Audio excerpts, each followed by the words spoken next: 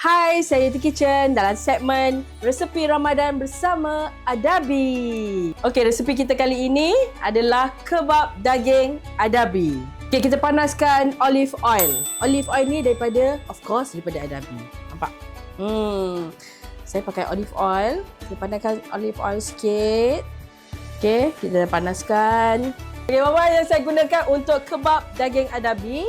Bawang putih, kita cincang halus. Kita tumis dia. Masukkan. Okay, minyak sudah panas. Mix bawang merah. Ini kita buat inti dia ya. Nanti kita masukkan dekat roti pita tu. Kita selitkan.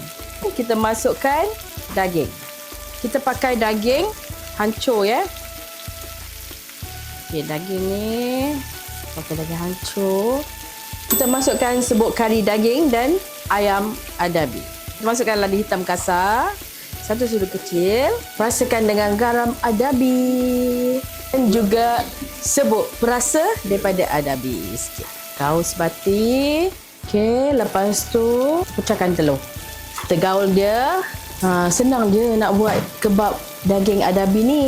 Kalau nak sedap lagi, kita masukkan sos cili Adabi. Inti ni pun you all boleh buat kebab tau. Buat kebab pula. Boleh buat roti john. Dah siap dah kita punya inti kebab Adabi. Lepas ni kita masukkan dalam roti. Okey, dah siap dah kebab daging Adabi kita.